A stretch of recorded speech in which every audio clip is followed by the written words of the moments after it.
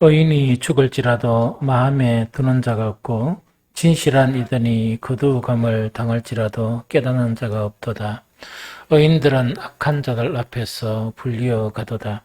그들은 평안에 들어갔나니 바른 길로 가는 자들은 그들의 침상에서 편히 쉬리라. 한 번 더 읽겠습니다. 의인은 죽을지라도 마음에 두는 자가 없고 진실한 이들이 거두감을 당할지라도 깨닫는 자가 없도다. 의인들은 악한 자들 앞에서 불리어 가도다. 그들은 평안에 들어가나니 바른 길로 가는 자들은 그들의 침상에서 편히 쉬리라. 아멘. 이사야 이제 55장은 그 위대한 구원회로의 그런 초대, 그, 그 앞으로 있을 7, 800년 후에 그 하나님의 구원의 그런 초대, 그걸 다 예언하게 되는 거고, 그 다음 이사야 56장은 그 구원의 초대를 했지만 두 가지 반응. 하나는 믿음으로 받아들이는 사람들이 있고 또 부정적인 반응을 받아들이는 그런 사람 두 가지를 우리가 쭉 이야기하게 되거든요. 그런데 계속해서 오늘 57장 말씀 자체도 이 두 가지 사항이에요, 사실은. 두 가지 사항 자체가 어떤 사항인가니까 이 구원받는 사람들은 어떤 사람이 구원을 받게 되고 또 그 사람들이 또 누리는 복에 대한 부분이 있다 그러면 이 이제 그 하나님의 위대한 구원을 일으키는데도 계속해서 이제 우상 숭배하고 그 이렇게 이제 하나님을 의지하지 아니하는 그런 현상들이 일어난다 이래요. 그래서 오늘은 그냥 뭐 하도 이제 부정적인 그 이야기들이 많으니까 하나님을 뭐 이렇게 믿지 못하고 하는 그 이야기들이 너무 많으니까 오늘은 이제 이 구원받는 사람들에게 그 어떤 일이 일어나고 또 그 어떤 사람들이 구원에 이르게 되는가 하는 것을 중점으로 살펴봤으면 좋겠습니다. 구약이든 이제 신약이든 구약 성경에서 그 가장 큰 죄를 그 우상 숭배라고 이야기하거든요. 그래서 우상은 여러 가지 형태인데 구약 자체에서는 이제 아주 이제 초기적인 단순한 거니까 그 어떤 신상을 만들고 거기에 절하고 하는 그런 형태인데 그게 이제 근원적인 문제가 뭐냐는 이야기거든요. 그래서 우상의 근원적인 문제, 또 하나님을 믿지 못하는 근원적인 문제 자체가 구약이나 신약을 통해서 보면 하나님은 안 보이잖아요. 하나님은 안 보이는데 그래도 하나님에 대한 인식은 있는 거야. 인식은 있다 보니까 어떤 뭐 하나님께 제사 드리는 일은 뭐 열심히 살면서 할 수 있는 그런 일이니까 그거는 하는데 온전하게 하나님을 신뢰하지 못하는 거예요. 그러다 보니까 그 이제 구약에 계속 일어나는 사건 자체가 뭐냐 어려움만 있으면 가장 그 위대한 힘을 가진 하나님을 탁 잡고 붙들어야 되는데 그렇게 안 찾고 그 이제 애굽을 찾고 아수르를 찾고 또 바빌론을 찾아가고 즉 이거는 뭐냐 세상의 힘과 이 세상의 원리를 찾는 거예요. 하나님을 안 붙들고 그래서 세상 원리하고 하나님의 그 가르쳐 주신 길은 반대거든요. 그러니까 이제 이상한 사람이 되는 거라. 한 부분으로서는 하나님을 이렇게 섬기고 이렇게 하는데 그 실제적인 마음 자체는 그 누구를 섬기느냐? 세상을 섬기고 하나님보다 세상을 더 사랑하는 이제 그게 이제 그 위대한 구원이 일어나더라도 그런 일이 일어난다 하는 것에 대한 핵심적인 부분이에요. 그럼 오늘날로 이야기할 것 같으면 그 하나님은 인식은 가지고 있거든요. 인식이 있으니까 예배는 드리죠. 그런데 마음까지 완전하게 하나님께 예배를 드리면 그 신령과 그 진정의 예배가 되겠죠. 또 완전 마음까지 하나님께 드리는 기도가 되면 어떤 진실한 기도가 되겠죠. 그런데 이제 그렇게 해야 되는데 마땅히 구원을 받은 사람이 해야 되는데 그냥 이제 예배는 형식적으로 전락한다는 이야기거든요. 전락하고 마음에는 하나님이 별로 많이 차지하지 않냐는 그러니까 세상에 빠져 있으면서 예배는 드리는 자, 이런 이상한 형태로 진행되는 것 자체에 대한 계속 구약의 예언이나 신약의 현상들이 그런 모양이다 하는 거 이야기죠. 그래서 경건의 모양은 있으나 경건의 능력은 부인한다는 게 딱 경건의 능력을 부인하려고 한 게 아니고 그 하나님을 간절히 찾아면 그 에피그노시스가 형성될 수 있거든. 여기의 지식이 아니고 위의 지식이 형성되니까 경건의 모양은 다 알잖아. 뭐 좀 더 귀신한테 제사 드리는 거는 우리 인생 같으면 다 알거든. 그 다음에 강력한 그 앞에는 굴복하고 하는 건 그 우리 본능이잖아요. 그런데 이제 그 하나님만 계시고 능력이 하나님이시다 하는 거에 대한 인식 자체까지는 접근을 하는 거라. 접근하니까 그 하나님께 예배 드려야 됩니까? 안 드려야 됩니까? 예배 드려야 되죠. 살락하니까. 그런데 예배가 형식이다 보니까 전 마음으로 기도가 안 되고 전 마음으로 안 되다 보니까 뭐가 안 되는가? 하나님께서 우리의 지성을 이렇게 탁 이렇게 깨뜨려 주시려고 그러고 성령을 통해서 그걸 갖다 보여주시려고 하는데 마음이 세상과 육신에 있다 보니까 성령께서 못하고 계시는 거예요. 그러면 우리 내부의 어떤 나 자체는 성령의 가르침을 거부를 하고 이 세상의 타락한 지식을 가지고 성경을 읽으려고 그러는 거예요. 그러다 보니까 경건의 모양은 이렇게 갖출 수 있는데 경건의 능력 자체가 안 하려고 그런 게 아니고 뭐가 경건인가 그걸 모르는 거예요.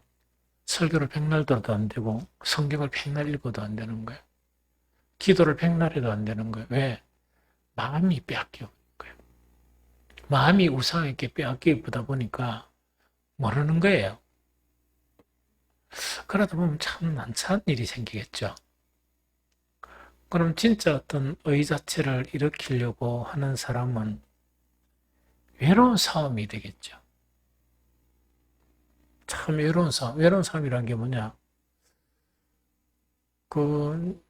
그렇게 이제 형식적이고 이래 하는 사람이나 혹은 이제 세속적으로 뭔가를 이렇게 이끌어 가려는 사람 앞에 참 경건의 사람은 딱 보면 그게 안 보이겠습니까? 그 속마음까지 다 보인단 말이야. 뭐 때문에 저라고 다 보이는 거예요. 그런데 그런 부분에서 그렇게 하면 안 된다. 이렇게 뭔가를 해야 되는데 이 사람의 지식이 에피그노시스가 아니고 보편적인 지식을 가지고 형성돼 이래도 된다 하는 확고한 신뢰를 가지고 한단 말이지. 그럼 거의 다수란 말이에요. 그러니까 거기 딱 보니까 이건 하나님 앞에 거짓된 것이고 죄 짓는 것이다. 이걸 접근하는데 참 외롭겠죠. 고독하겠죠. 그걸 또 안 하면 하나님 앞에 비겁한 것이 되잖아. 맞죠? 참 이렇게 외로운 그런 싸움이 그것도 같은 이렇게 하나님을 섬긴다던 사람에게 사람들이 다투면 됩니까? 안 됩니까? 또 안 되지. 이러니까 뭐 교회 문제는 목사니까 여러분들이 목사한테 또 대들 수는 없잖아. 왜 일반적인 지식만 하다도 그걸 되면 망한다 하는 망한다는 생각을 갖고 있으니까 그래서 쉽단 말이야. 설교하는데 아무도 이야기를 안 한다는 이야기지. 성경 가지고 설교를 하면 아무거나 이야기할 수가 없지. 그러나 같은 주의 종들이 모이는 그곳에서 뭔가를 바르게 걸어가고자 하면 참으로 외롭고 힘든 싸움이 되겠죠. 그런데 그런 싸움을 안 싸우면 비겁한 자가 되고 하나님 앞에 그런 싸움 하려니 이 완전한 그런 똑같은 신학을 놓고 똑같은 목사의 입장이고 이러다 보면 나도 목사다 뭐 이런 거 있죠. 뭐 이런 문제가 되면 하나님 앞에 무엇을 해야 될 것인가? 그냥 듣고 넘어가자니 주님을 만날 것 생각하니까 너무 두렵고 뭔가를 이야기를 꺼내자니 너무나 단단히 형성된 이 에피그노시스가 아닌 것에 나타난 자기 경건. 이게 이제 깨뜨리기가 너무나 힘든다는 그런 거지. 그럼 그런 사람들 앞에 수십 년 동안 설교 듣고 이러면 그중에 또 하나님의 참 사람들에게는 성령께서 가르쳐 주심으로 이렇게 이야기해도 달리 듣는단 말이야. 그거는 마치 참 진리의 복음을 전해도 그게 무슨 말인지 모르는 것과 같이 항상 하나님 편에는 그런 일이 있기는 하지만 참으로 힘든 그 진리의 복음이 힘든 그런 세대다. 참 힘들어질 수 있다. 하는 이제 그런 것 자체가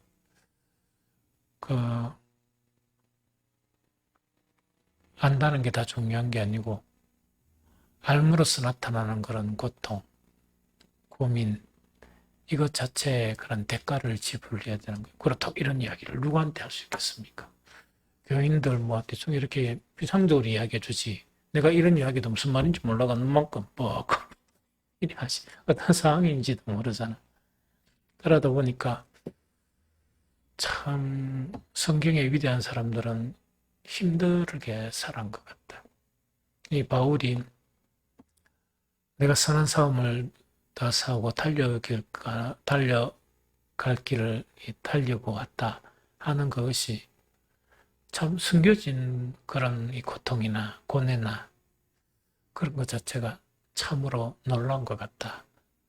그래서 초질간 정말 이 비진리에 대해서 담대하게 이렇게 말하는 이 사도 바울을 보면서 참으로 존경스럽다 하는 그런 생각이 들어요. 그래서 오늘 55장도 그 두 가지 이야기예요. 하나는 하나님의 그 놀라운 이 하나님의 복음 앞에 참 구원의 사람들은 어떤 형태로 나타나는가. 그리고 더 많이 할애를 해가지고 57장 안에서도 참 복음의 구원의 이 초청 안에서도 그러니까 이제 여전히 하나님보다 이 세상을 섬기는 그런 모습들을 또 지적을 하고 있는 거예요.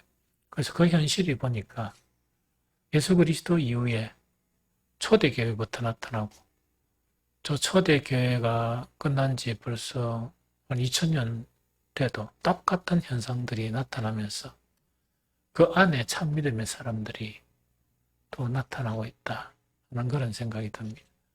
그래서 오늘은 좋은 부분만 참 믿음의 사람들에 대해서 하나님의 마음은 어떤 것인가 거기 오늘 읽었던 1절 2절이에요.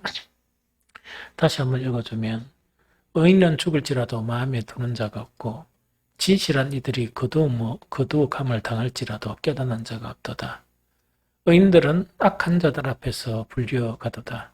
그들은 편안에 들어갔나니 바른 길로 가는 자들은 그들의 침상에서 편히 쉬리라 하는 이 이야기예요.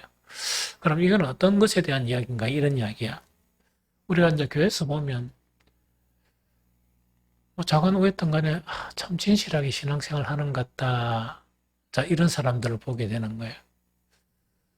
그런데 그러면 구약 관점에서 진실하게 신앙생활 하면 하나님으로부터 얻는 복이 뭡니까? 제일 첫 번째 복이 장수하는 거예요. 그래서 구약에서는 보면 네가 이 땅에서 장수하리라 하는 그런 내용들이 참 많거든. 그럼 구약의 관점에서 보면 오래 살아야 돼. 우리 할머니나 엄마나 아버지처럼 오래 살아야 된단 말이야. 그런데 어떤 편에서 보면 저분은 참 진실하게 산다 하는데 빨리 죽는 사람. 그 너무나 아쉽게 빨리 이렇게 가시는 분들이 있단 말이에요. 그러면 그 옛날 구약 관점에서는 너무 좀 충격적이겠지. 신약을 사는 사람들도 보면은 뭐 죽음을 가장 두려워하니까 빨리 죽는 거를 좋아하는 사람은 아무도 없단 말이야. 그런데 특히 경건한 사람이 빨리 떡 죽으면 속에 온갖 그 생각이 드는 거야. 그 점 이야기해 주는 거예요. 이사야가 예언할 시점이 그 유다 왕 중에 가장 악랄한 왕 중에 하나인 므낫세예요. 므낫세 이제 통치 기간인데 이 므낫세가 악한 일을 저지르는데 중에서 대표적인 하나가 성경에 보면 열왕기하 21장 16절에요. 므낫세가 유다에게 범죄하게 하여 여호와께서 보시기에 악을 행한 것 외에도 숱한 악을 행하는 거야. 외에도 어떤 악을 행하는가? 또 무지한 자의 피를 심히 많이 흘려 예루살렘 이 끝에서 저 끝까지 가득하게 하였더라. 이렇게 되어 있습니다.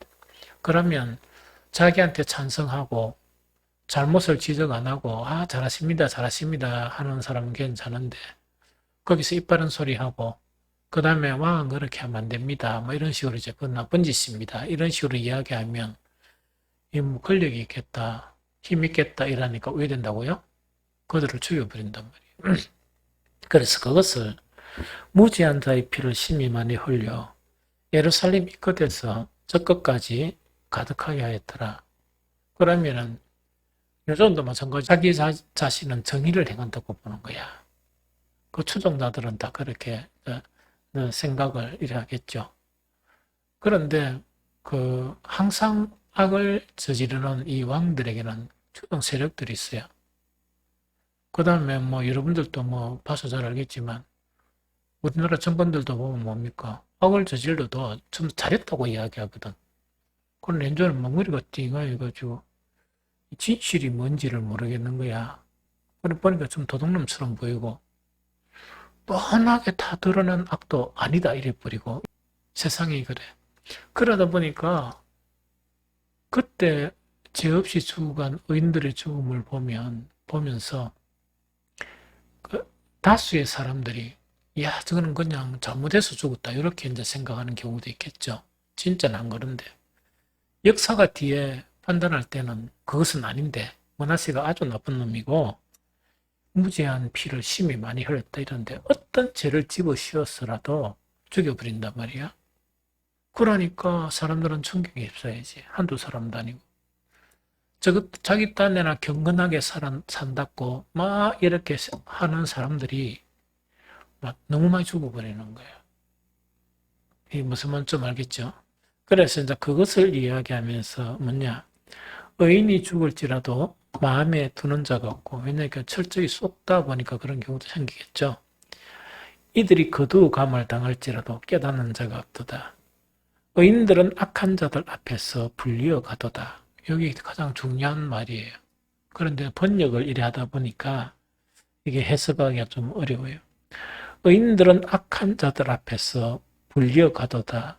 하나 요 자체가 뭐 자세히 계속 읽어보면 그런 의미가 있는데 요 이야기라 의인들이 그 하나님께서 미리 데려가신다는 이야기예요.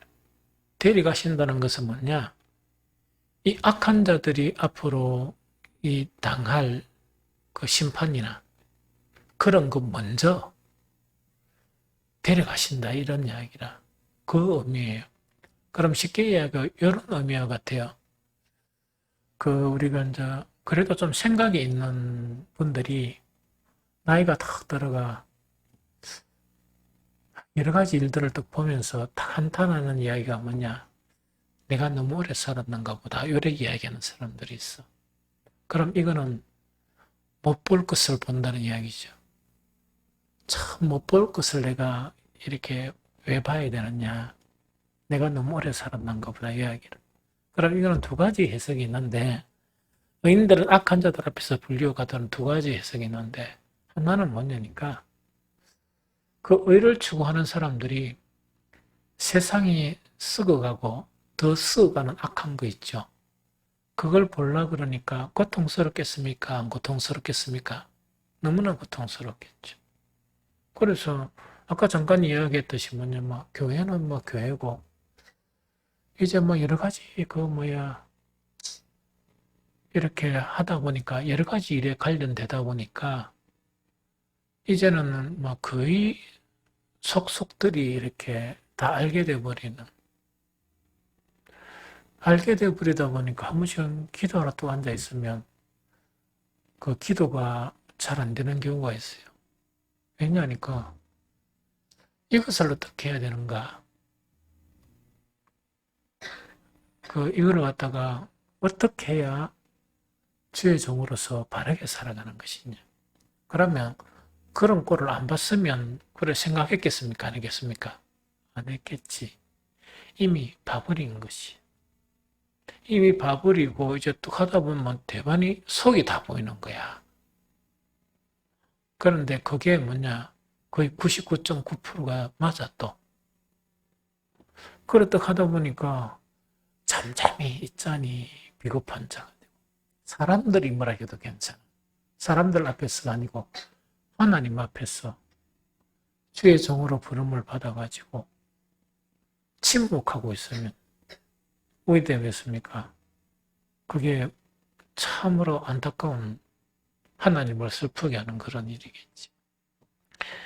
뭔가를 하려하니까 참 그것도 내가 참 이거 뭘 해야 되나 하는 그런 생각도 들리는 거란 말이에요.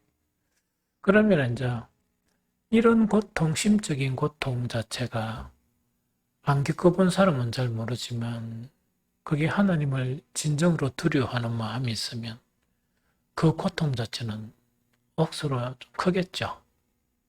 한 개인의 문제를 보면 기도해주면서 참을 수 있는데 이 개인의 문제가 아니고 어떤 공의회에 일어나는 그런 일들을 본다 그러면 대단히 심각한 일이겠지.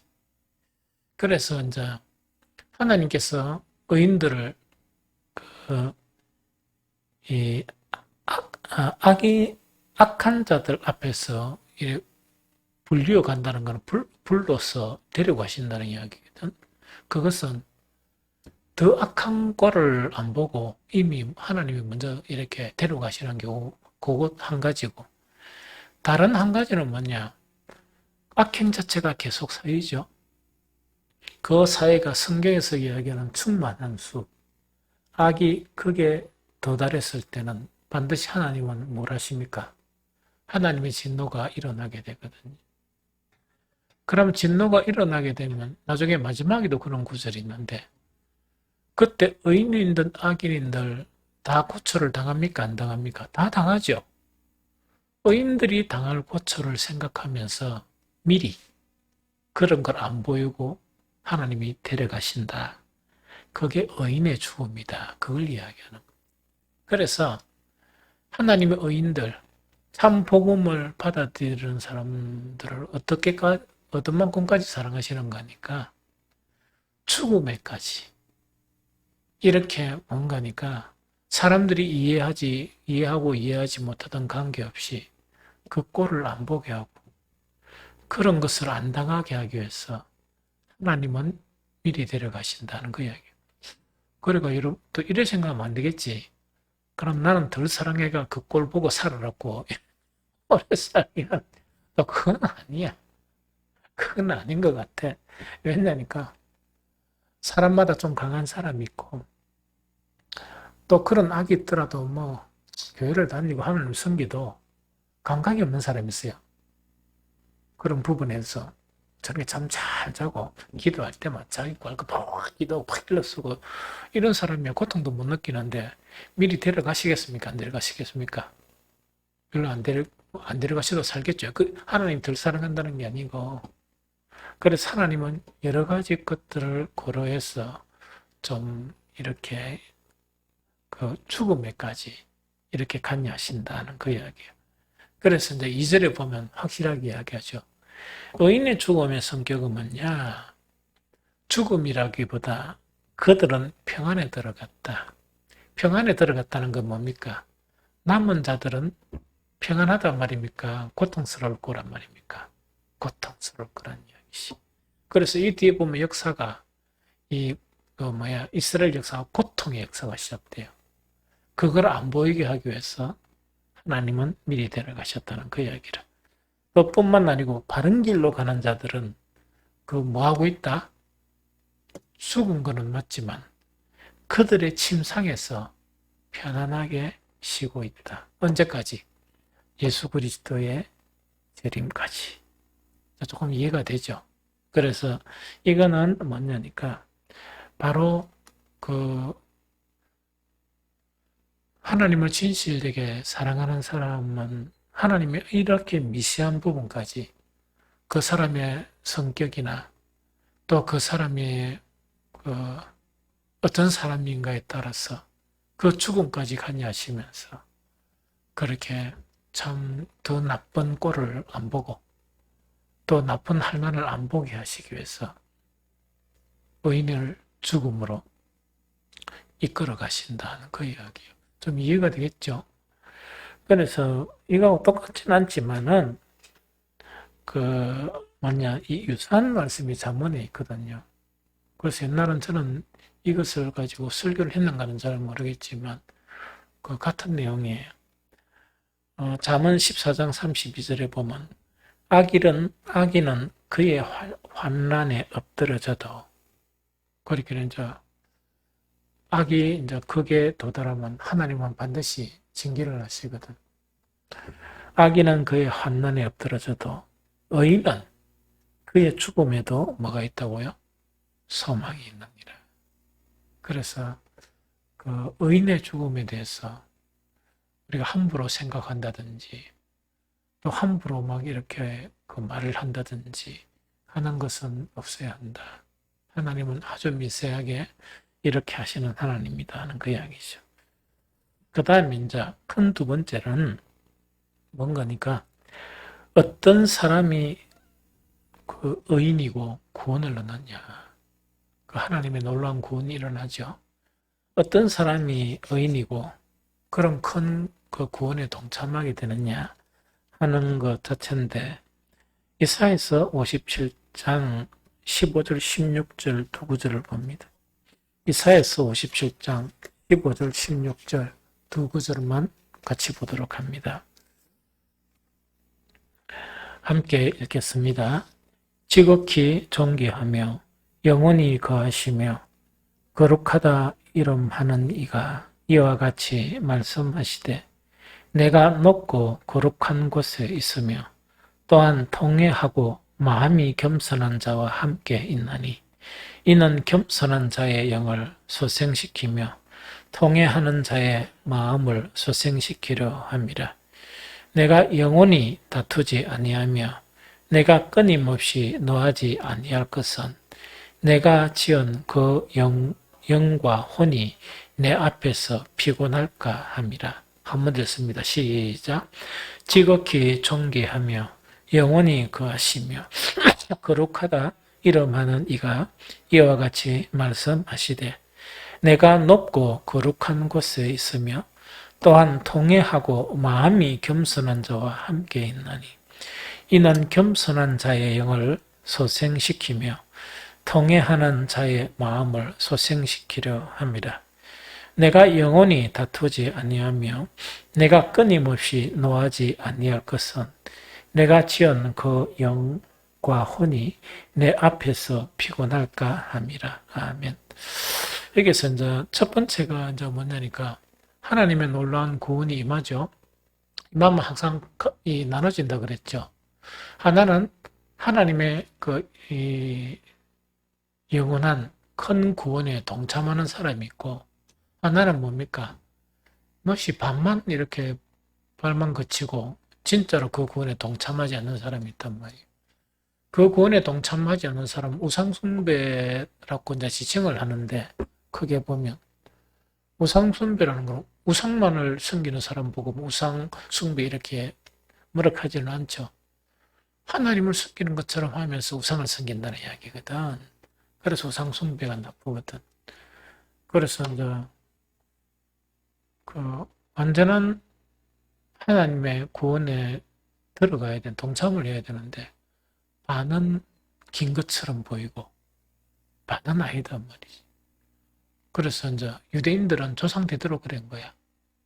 그러다 보니까 우리가 알듯이 그들의 기도, 심지어 그들의 금식, 그들의 구제, 그들의 제사, 이것 자체가 제사는 뭡니까?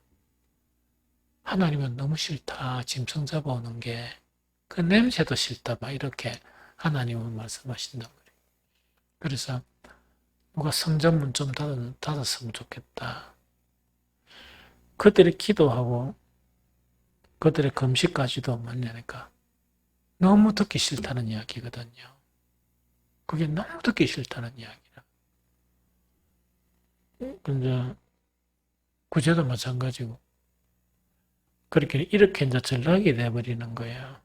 전락이 되는 거는 뭔가니까 우리의 행위나 우리의 마음이 정말 진실하게 하나님을 위해서 살아야 한다. 그것이 나의 구원이다. 이렇게 생각하면 외식이 없어지겠죠. 외식은 왜 생기는가? 하나님을 믿는 것처럼 이렇게 보이기는 보여야 되겠는데 그 보이는 방법이 또 보면 뭐 주일날 교회 나오고 혼자 기도하고 뭐 이런 거 있죠. 찬양같이 막 일하고 그게 이제 행위로 나타나는 형태거든요. 그런데 성경에서 요구하는 건 행위로도 나타나야 되지만 뭐라고? 네 마음을 나에게 줘야 된다. 네 얼굴을 나에게 향해야 된다 이야기거든. 이거는 뭐냐니까 세상 보지 말고 하나님만을 바라봐라 이야기거든. 세상 사랑하지 말고 하나님만을 사랑하고 세상 의지하지 말고 하나님만 의지하라 이 이야기거든요. 이게 어려워. 그래서 이게 왜 어려운 거니까 뭐 이렇게 진실되게 우리는 모든 것이 다 끊어졌다. 마가의 다락방에서 이 사람들이 이제 우리를 의뢰할 게 아무것도 없다 하면서 오로지 하나님께 기도하다 보니까 성령을 받아요. 그때 형성되는 게 에피고노시스라. 그 위에 베드로와 요한이 절기에 사람들 앞에 설교를 하는데 사람들이 놀란 거는 뭐냐? 저 사람들은 지식이 없는 사람이 아니냐?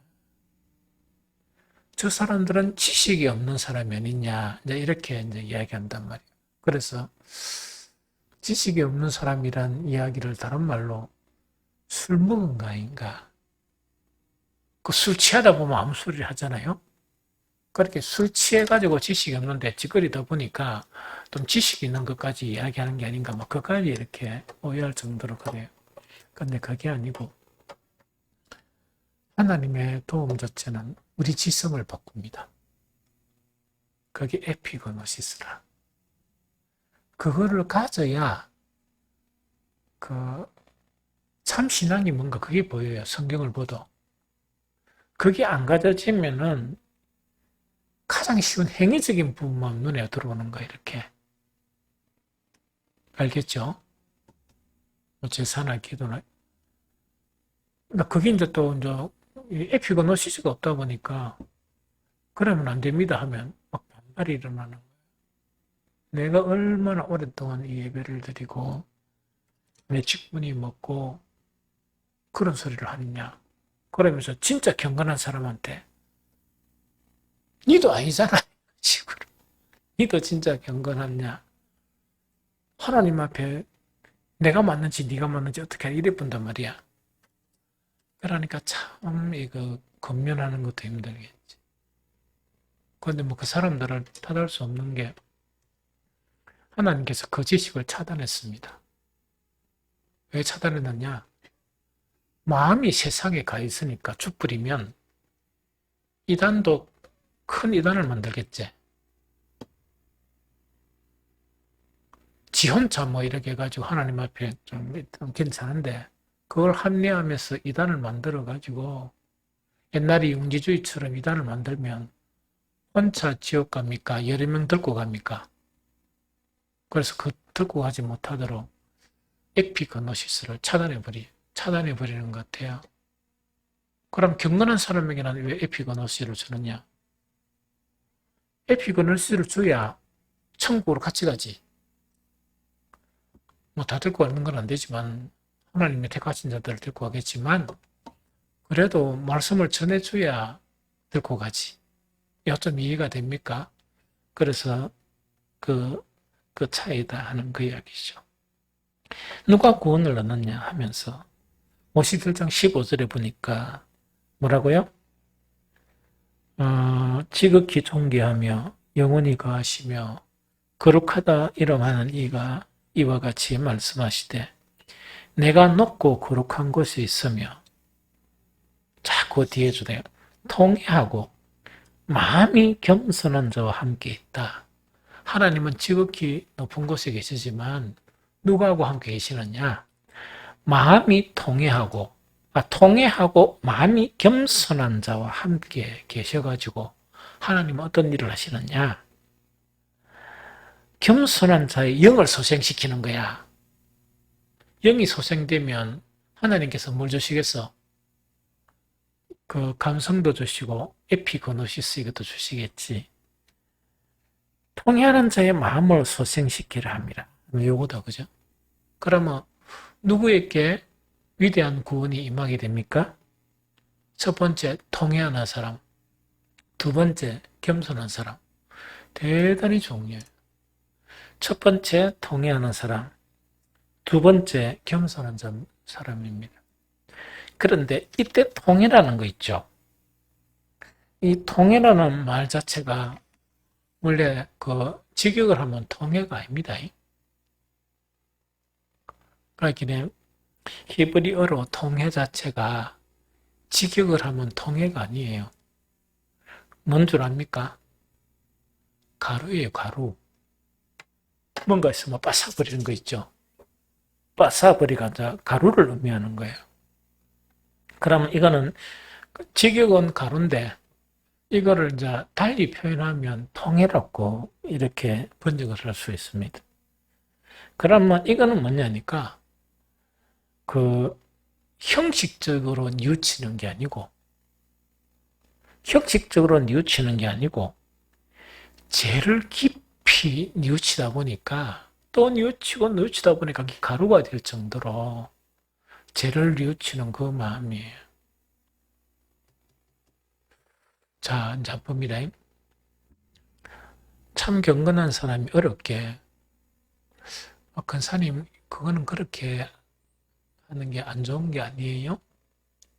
이라면 지도 권사고 나도 권사다 이라면 그 한마디에 통해가 되겠습니까? 안 그러면 지도 권사고 나도 권사고 이래 되겠죠? 안 돼, 이게. 목사가 이야기하는데도 안 되는데 뭐. 목사가 그 말씀을 하면 통해 안 하는 사람은 어떻게 했어? 안 그런 사람은 통해할 필요가 없지. 그런 사람은 이 깊이 뉘우치고 가루가 되도록 유치가 됩니까? 안 됩니까?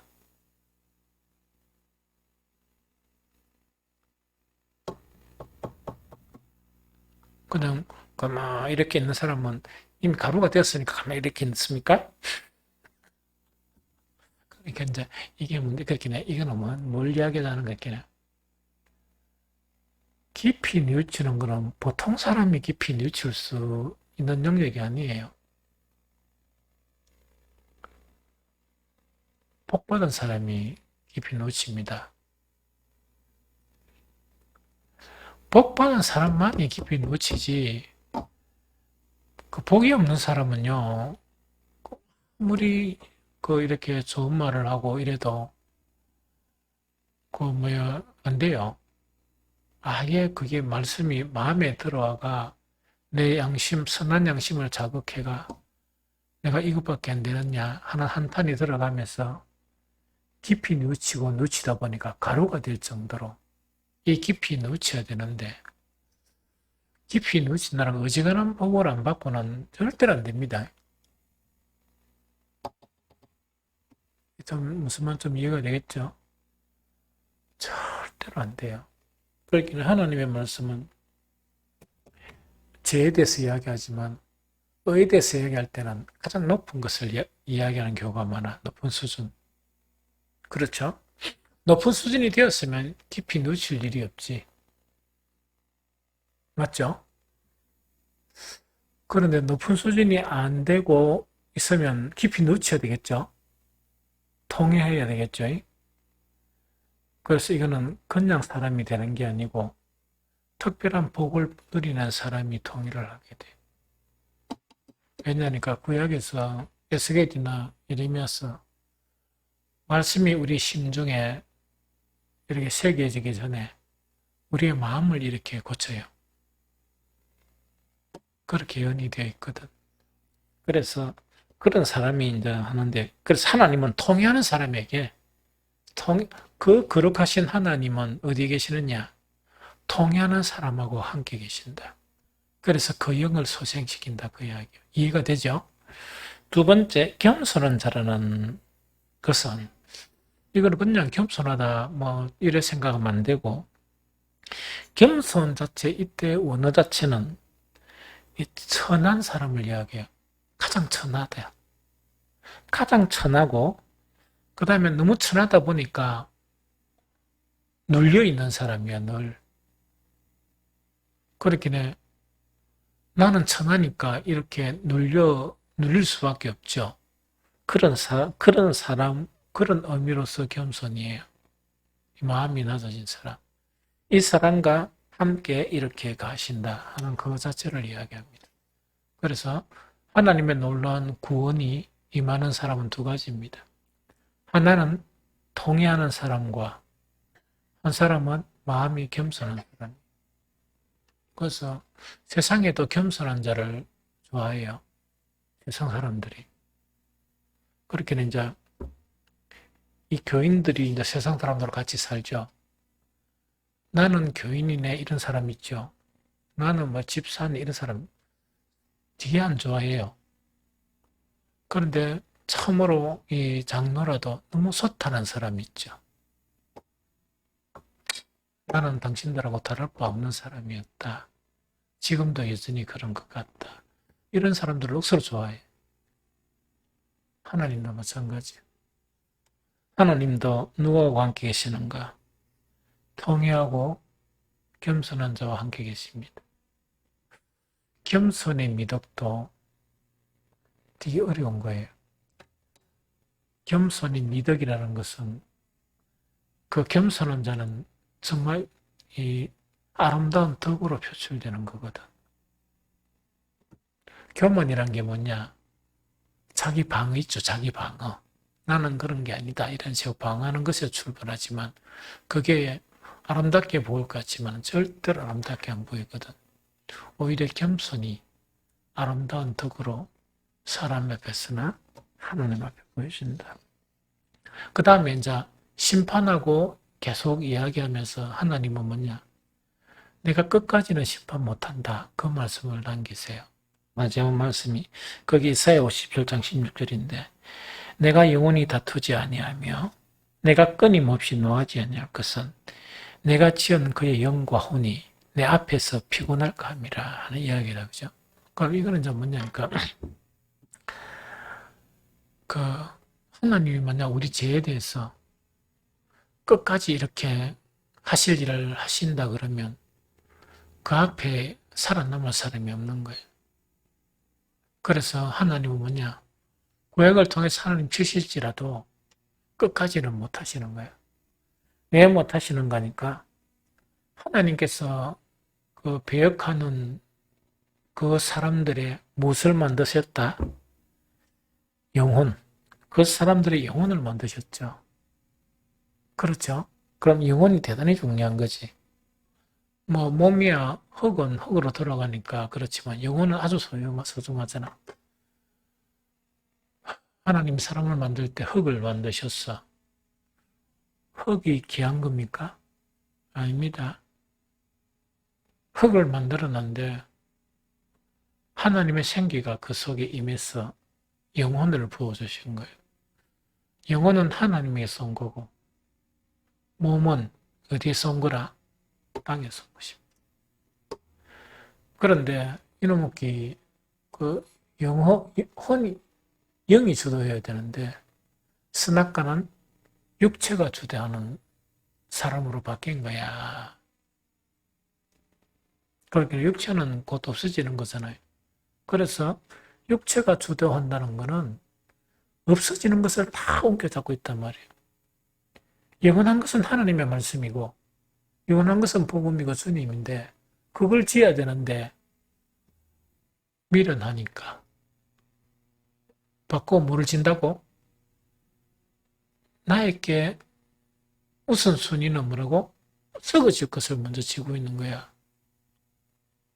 그런데 만약 예배드리는 사람이 우선순위 1번이 하나님을 먼저 붙들어야 되는데 그거 아니고 썩어질 것을 딱 지고 예배 와서 막 예배드리면서 하나님 나의 썩어질 것들을 보존해 주십시오. 이런 거 있죠. 기도할 때도 하나님 내 영혼 이런 말을 하도 안 하고 내가 썩어질 건 요리 있는데 이거 좀 더 주시고 또 이것 좀 잘 이렇게 보존해 주십시오. 이렇게 한다 그러면 그 사람이 참 믿음일까요? 아니죠. 내가 영원히 다투지 아니하며 내가 끊임없이 노하지 아니할 것은 하나님이 뭘 지었다고?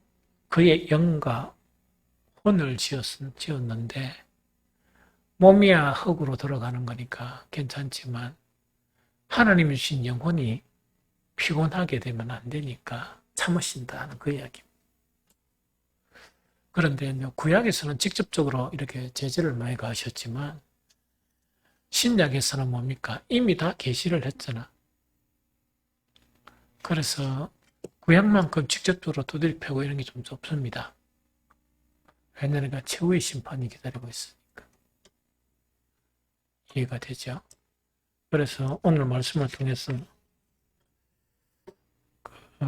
하나님의 큰 구원을 등한히 여기지 말고 이 구원 얻는 사람이 통회하고 마음이 겸손한 자가 구원을 얻고 참 하나님의 사람들을 하나님이 얼마만큼 아끼시는가 미세하게 세상을 심판할 때나 세상을 탁 보면서 극한 더러운 세상 앞에나 하나님의 무서운 심판 앞에 그 사람들을 먼저 데려가세요. 그렇게 섬세하신 하나님이시다 하는 그 이야기입니다.